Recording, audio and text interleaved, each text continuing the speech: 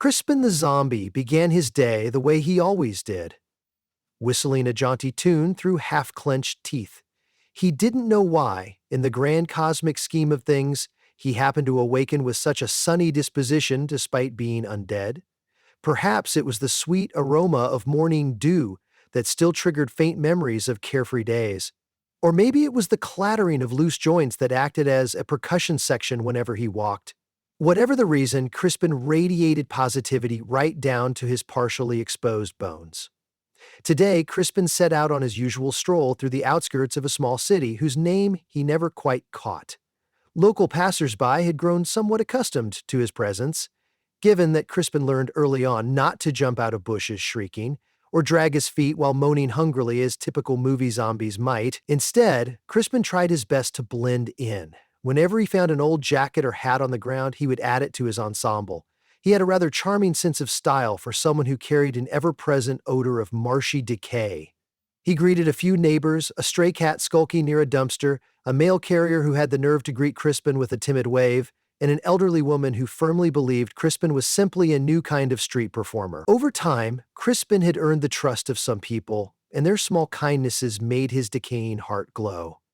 His morning stroll usually ended with him picking up cans or tidying up litter near the abandoned carnival site on the edge of town. Today, though, Crispin's routine would lead him to something far more extraordinary. A large, glittery poster taped haphazardly to the side of a weathered lamppost caught Crispin's eye. Bold letters announced a special event: Town Dance-Off Championship. Come, show your moves. Crispin peered closer. The text promised a night of dazzling footwork, jaw-dropping spins, and prizes for the most original routine. Crispin blinked his pale, cloudy eyes and felt an unexpected rush of excitement. He'd been told that in his previous life he'd enjoyed dancing. Although his memory was hazy, sometimes his body instinctively broke into a tap routine when he heard catchy music. He read on, enthralled by the possibility of an audience. The idea of dancing for others filled Crispin with a nervous thrill, one that made his right foot twitch, as if it longed to step ball change across an imaginary stage. The poster said auditions were being held that very afternoon in a local community center. Crispin's heart, wherever it truly resided in his half-lit world, pounded at the thought of stepping out in front of a real crowd. What if nobody liked him because he was undead? What if, the moment he walked on stage, the judges screamed and the audience fled in terror? Still, curiosity trumped caution in Crispin's reanimated mind. When Crispin reached the community center, it was abuzz with activity. Dancers of all ages checked in at a long folding table. Posters of silhouettes mid-leap and mid-spin decorated every available surface. Crispin got in line behind a group of teenage hip-hop dancers, each wearing high-top sneakers and backwards caps. They barely noticed him at first, but once one happened to look behind, he let out a startled yelp.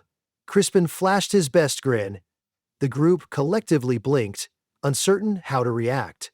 To everyone's surprise, Crispin raised a wobbly hand in greeting.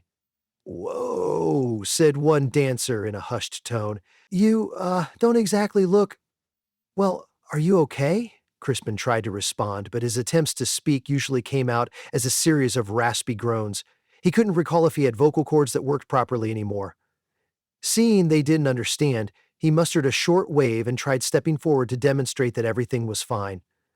The teens stood there, slack-jawed, as Crispin finished scrawling his name, though it came out more like an inky blot on the registration form. The volunteer behind the table blinked at Crispin, uncertain how to proceed. She quickly smiled in that tense, forced manner set aside for bizarre situations. "You appear to be registered now. Please proceed down the hall, second door on the left. They'll call your name."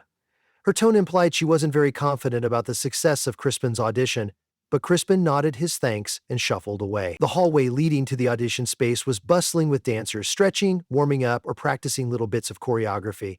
Crispin's nose, though not as reliable as it once was, caught a whiff of athlete's foot powder, sweat, and the distinct tang of hair gel.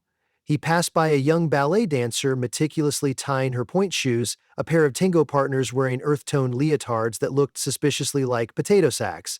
Crispin halted momentarily to watch each group. enthralled by the energy humming around him. He tried to fall into step with the routine he vaguely remembered, a strange combination of a soft jazz shuffle and stiff-limbed box steps. His body jostled and jerked. One of his arms came dangerously close to detaching at the elbow. With a quick snap, Crispin popped the joint back into place, praying no one noticed. A mother guiding her little girl to a kiddie dance audition gave Crispin a wary side-eye, but Crispin mustered a friendly, lopsided smile. In no time, Crispin's moment to audition arrived. He stepped through the double doors into a large gymnasium-turned-temporary stage area. Overhead fluorescent lights buzzed, highlighting the taped lines on the floor that indicated stage boundaries. 3 judges sat behind a folding table with clipboards clutched in their hands. They wore identical expressions of polite neutrality, though Crispin detected the slight glimmer of excitement one judge had in her eyes toward unusual contestants. Crispin shuffled into position, ignoring the startled gasp that rippled through the crew when they got a good look at him. There was an awkward pause. One judge cleared his throat. "Did you bring music, or should we just play something?" He tapped a laptop in front of him. Crispin nodded vigorously, attempting to indicate that they should choose. He had absolutely no idea what track might suit a limping, undead dancing machine. Another judge, a woman with sparkly eyeshadow, looked Crispin up and down. She glanced at the others. "Well then," she said, "let's just go with something upbeat." She clicked a button and a funky, cheerful beat began to blare from the speakers. The driving bass line vibrated Crispin's ribcage in a strangely pleasant way. Slightly hunched forward, Crispin waited for the first measure. He tapped his foot, albeit with a disconcerting creak each time his knee flexed. Then, as the second measure hit, Crispin flung his arms sideways and started with a classic sidestep reminiscent of disco. Within moments, Crispin discovered a strange synergy between the music and his undead body. Each drumbeat made his shoulders pop, each trumpet flare made his hips swerve, and Crispin relished every moment. The judges blinked unflummoxed by Crispin's lively performance. True, he moved with a jerkiness in some spots, his limbs at times flailing at angles that defied normal biology.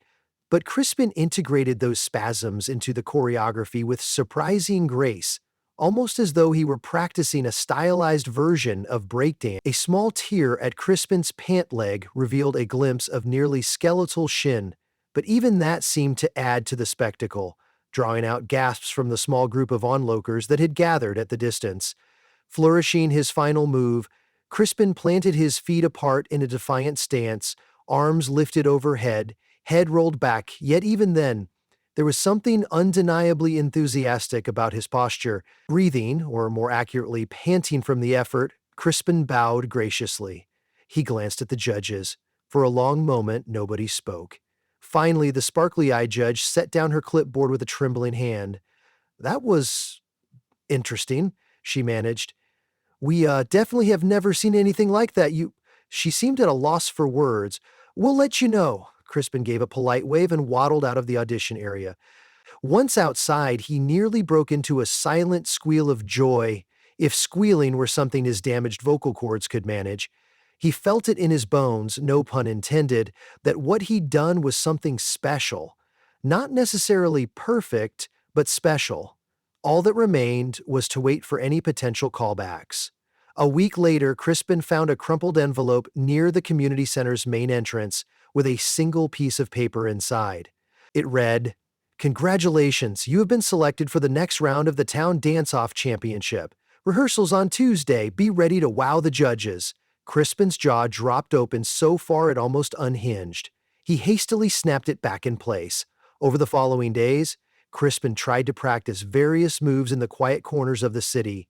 He discovered that certain, well-timed snaps of his limbs created illusions of popping and locking. Before he had become a zombie, Crispin might have needed rigorous training to pull off those moves.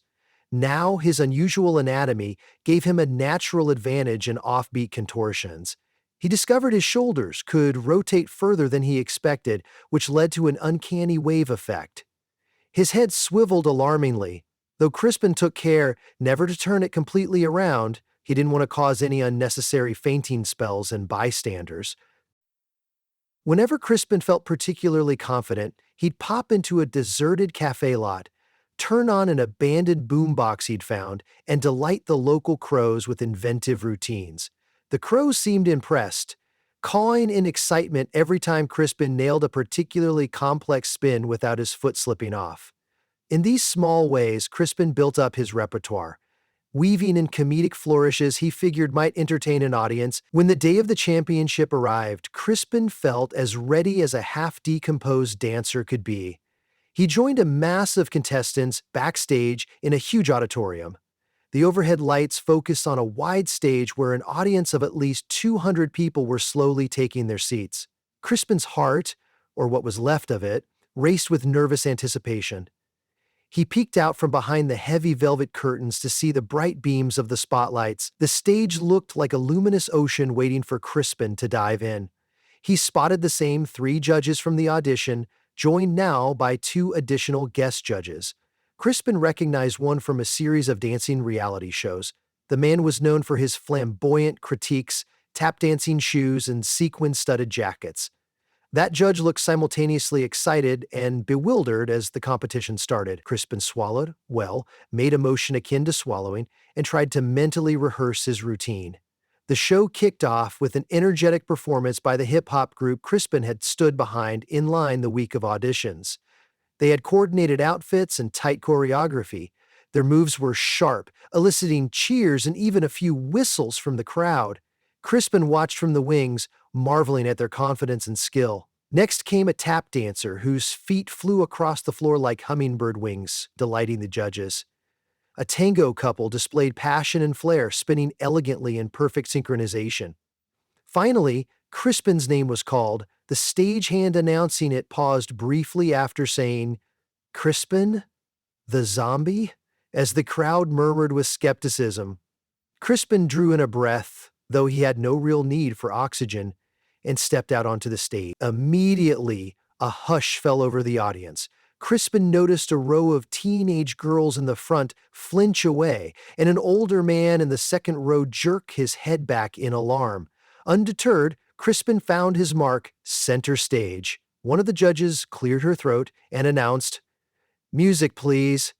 A pounding electronic beat resonated from the speakers. Crispin let the music settle into his chest cavity, counting the beats with a small nod of his head. Then Crispin sprang to life. He started with slow, methodical steps, gently bobbing his head. Then, on the next measure, he added in a whip of his arm with a comedic flourish. The crowd giggled unsurely, not certain whether they were allowed to find an undead dancer funny. But Crispin's routine was designed to put them at ease, mixing comedic pantomime, pretending to sniff the air and then recoil, as though smelling something foul, and fluid transitions into surprising illusion. At one point, Crispin moonwalked backward, the frictionless motion accentuated by his slack limbs. The audience gasped. Crispin twisted his torso half around and waved his arms in a wiggly line from his shoulders down to his fingertips, generating a mesmerizing ripple effect. For the grand finale, Crispin executed a series of spins that seemed unthinkable for anyone with an intact skeletal system. He used his flexibility, or partial breakability, to pivot his hips in ways reminiscent of contortionists. Then he ended on one knee, hands thrown up in triumphant greeting to the petrified yet wildly enthusiastic spectators. The auditorium erupted in applause, albeit sprinkled with a few shrieks and uncertain laughter. Crispin rose, bowed, and scurried off backstage, leaving behind a mystified silence that the next contestant would have a hard time filling. The night wore on, and Crispin listened anxiously to the other competitors, all supremely talented, perform their hearts out. Finally, the moment arrived for judging. The contestants lined up, Crispin among them, standing near the end. The lead judge with the sparkly eyeshadow stepped forward and called out a few names, awarding honorable mentions and small trophies for categories like Best Choreography or Audience Favorite. Crispin clapped for each of them, though his stiff hands made a somewhat dull, hollow noise. The tension in the room built as the announcer came down to the grand prize. "Tonight's Town Dance-Off Champion," she proclaimed, demonstrated not only originality but sheer, undeniable showmanship, a performance that combined comedic flair, inventive moves, and let's face it, an unexpected element. Her eyes rested on Crispin, and Crispin gulped. "We're thrilled to declare Crispin as our champion." A wave of astonished chatter swept across the auditorium, underscored by the excited squeals of some truly open-minded audience members. The squeals skyrocketed when Crispin's name was repeated. Crispin, for his part, looked as if his limbs might literally fall off from the surprise. He stumbled forward to the front of the stage. One judge gingerly handed Crispin a relatively small trophy, golden, shaped like a dancer mid-leap. Crispin wrapped both hands around it. His chest felt ready to burst with joy. Applause enveloped him, that bright, roaring sound that Crispin would have never dreamed of receiving. Tears, or some fluid suspiciously like tears, gathered in Crispin's eyes. He tried not to drip too visibly, the stage managers might slip. He bowed to the judges, the audience, and the glitzy lights shining overhead, savoring each second of this magical, albeit bizarre, moment. After the final bows, Crispin found himself swept up in a flurry of congratulations backstage. Dancers he had been sure were afraid of him approached with cautious high fives.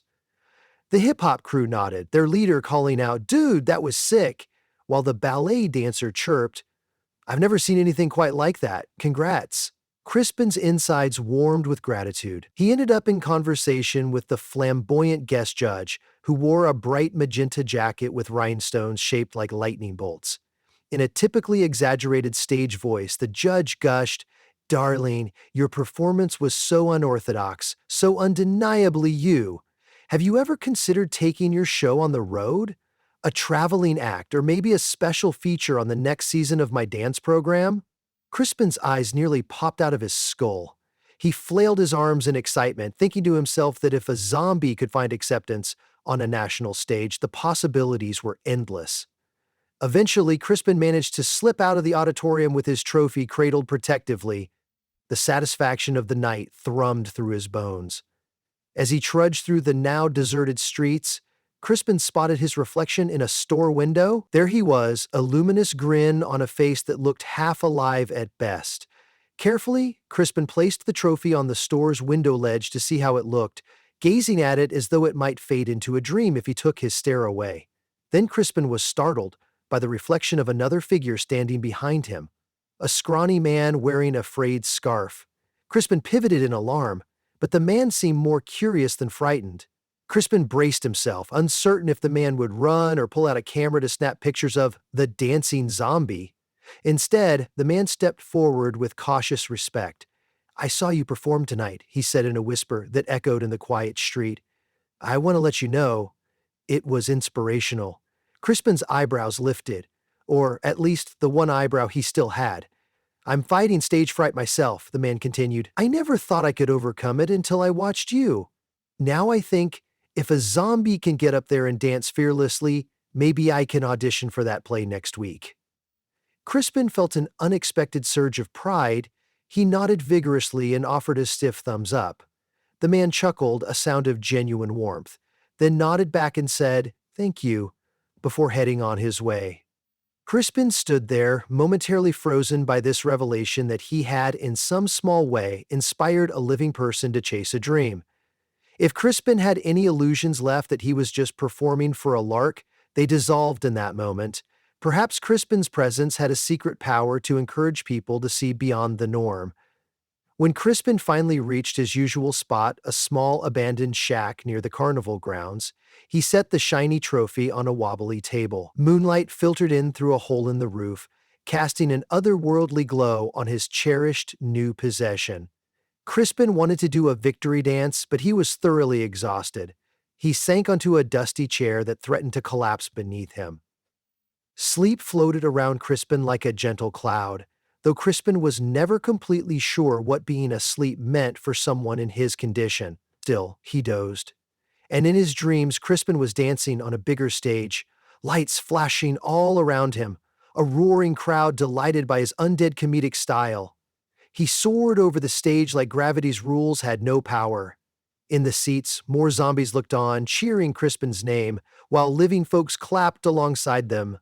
It was a vision of unity that Crispin hoped might one day become reality.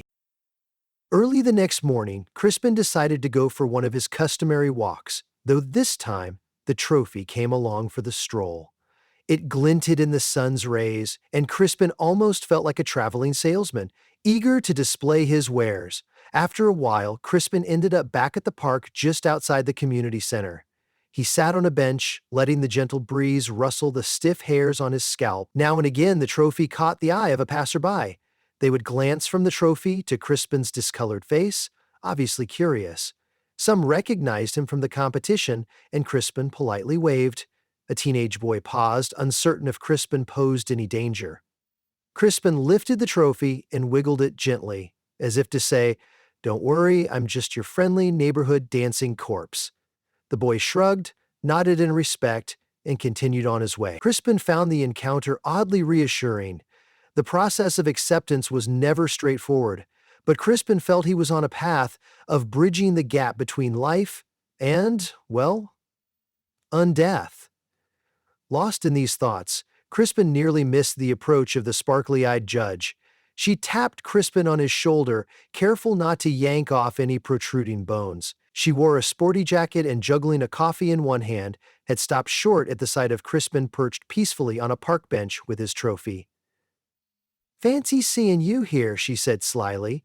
"I just wanted to say that we were all a bit shell-shocked at the competition, but you were incredible." Crispin's cheeks, what remained of them, would have blushed if they could. We planned to hold a special end-of-season show featuring the winners and some selected acts. I'd love to invite you to dance again. Crispin didn't need functioning vocal cords to convey his agreement. He gave 2 thumbs up and a pronounced nod, wiggling like an excited puppy. The judge laughed, and Crispin realized how rarely he heard a laugh without a trace of fear in it. She handed Crispin a small flyer with the details of the special performance, then gave him a gentle salute before jogging off for her morning errands. Crispin gazed at the flyer. This time he understood that when he stepped onto the stage, it wouldn't be as an anomaly they reluctantly accepted, but as a recognized champion. In the days leading up to that end-of-season show, Crispin threw himself into new and more daring practice sessions. He tried dancing in different terrains, a sandy beach early in the morning, a grassy field behind the carnival rides, and once even attempted a precarious dance on the top of the abandoned carousel. That last one ended with Crispin's foot piercing through a rotted wooden plank, requiring a delicate extraction process. When the performance day arrived, Crispin felt something akin to butterflies, though it was probably just a few stray moths living in his costume's pocket. He shuffled into the auditorium, the hush of last-minute backstage preparations settling around him. This time, Crispin noticed the stage crew actually recognized him with a smile, and though some looked a bit uneasy, they offered helpful gestures and small introductions. The flamboyant guest judge was present again, sporting a brand new jacket with even more rhinestones. He lifted a feathered hat in Crispin's direction. The show itself was a feast of variety. Crispin found himself entranced by the illusions of the modern dancers, the bold angles of the hip-hop groups, and the sizzling romance of several Latin-style couples gliding across the floor. But finally, Crispin's turn came. For this encore performance, Crispin had decided on an even more outlandish approach. He had secured a battered old top hat that perched precariously on his skull, and a tattered suit coat he'd found deep in a thrift store's remainders. Under the stage lights, Crispin likely resembled a caricature of a vaudeville performer, but that suited him just fine. As the brassy big band music kicked in, Crispin waddled out, tapping the ground with an invisible cane, conjuring an old Broadway vibe. He started with a comedic bow, letting the top hat tumble off his head, then scrambled to catch it in midair. As the horns blared, Crispin launched into a Charleston-inspired jig, knees knocking, ankles swiveling dangerously. A few bits of cloth tore free from his coat as he whipped around, but Crispin didn't miss a beat. He hopped to the side, arms outstretched, letting each flip of his limbs accentuate the music. The crowd cheered, the full house erupting in claps and laughter as Crispin feigned tripping and stumbling, only to transform the slip into a graceful recovery with a flourish. His undead physiology let him pull off illusions of limbs flopping out of place, then snapping back into alignment at the perfect moment. He concluded with a comedic silent movie chase, dashing across the stage in an exaggerated pant, top hat askew, as though pursued by some invisible comedic villain. Then, with one final tip of his hat, Crispin concluded in a flamboyant pose. The roar of the applause nearly jolted Crispin's kneecaps clean off. He gazed into the footlights, blinking as he tried to register the wall of cheers that smashed into him. Up in the balcony, Crispin could see silhouettes of people leaping to their feet. In that instant, Crispin felt truly alive, ironically. He took a long bow, chest fluttering with excitement, and felt no fear whatsoever, only gratitude. Later, Crispin found himself standing amidst a swirl of post-show bustle. Flowers, though Crispin didn't know from whom, were thrust into his arms. They smelled wonderful, and Crispin hoped their aroma would momentarily overshadow any musty odor lingering around him. A few fans approached for photos. Crispin carefully tried not to drool or let his jaw hang unnervingly open. Crispin realized, against all odds, he had become a beloved comedic acted dancing zombie who, through cheerful determination, had found a place on stage that was normally reserved for the living. As Crispin posed for a snapshot with a mother and her two young children, he spotted in the distance the scrawny man he had once met near the store window. The man waved, still wearing that frayed scarf, but now with a script clutched in his hand. Crispin suspected the man had gotten the part in that play. Crispin gave him a celebratory thumbs up, sharing in the victory that extended beyond Crispin's own. In the days and weeks to come, Crispin's life would continue to be a curious blend of undead survival and budding performance schedules. He never lost that sense of awe when stepping onto a stage, though occasionally he'd forget to reattach a finger after a complicated jazz hand, or he'd have to reassure a particularly jumpy co-star that he wasn't going to bite them. Crispin maintained his warm, if slightly crooked, smile. The cheerfulness that had been his hallmark from the beginning only expanded as he connected with more people who, in turn, embraced the quirkiness he brought to the dance floor. And so Crispin's story became a legend among locals. People spoke of the weird yet oddly heartwarming spectacle of a zombie with a sense of humor, a relentless desire to dance, and a knack for making even the stiffest moves look fluid. If Crispin could defy the boundaries that separated the living and the undead, perhaps anyone, even those who considered themselves hopelessly shy, could also find the confidence to take the stage. Every so often, Crispin could be found back at that old carnival site where he'd practice new routines under the flicker of broken arcade lights. Sometimes, small crowds gathered to watch the unstoppable dancing zombie, clapping along to music played by Crispin's battered boombox. Children pointed, wide-eyed, but often joined in the fun once they realized Crispin posed no harm. The crows seemed to have turned into Crispin's personal fan club, bobbing along to the beat. In Crispin's own unique way, he had found a calling. No longer was he just another undead anomaly lurking in dark alleys, startling whoever happened across his path. He was Crispin, the cheerful zombie, the undead dancer who dazzled unsuspecting audiences, leaving them breathless with laughter and admiration. His story spread beyond the small city that hosted the town dance-off championship, reaching the ears of traveling producers, local news outlets, and even the occasional oddball blogger. But in Crispin's mind, none of that fame was the ultimate reward. The real treasure lay in the simple fact that he could bring a bit more joy to the world. Whether undead or alive, Crispin had discovered that dancing and sharing his cheerful spirit was his reason to keep shuffle-stepping onward, and for that, Crispin would always be grateful, trophy or no trophy, applause or no applause, because at the end of the day, Crispin danced not just for the judges, but for the sheer delight that welled up inside him, reminding Crispin, and everyone who witnessed his charm, that sometimes, even among the undead, life could be found in the unlikeliest of places,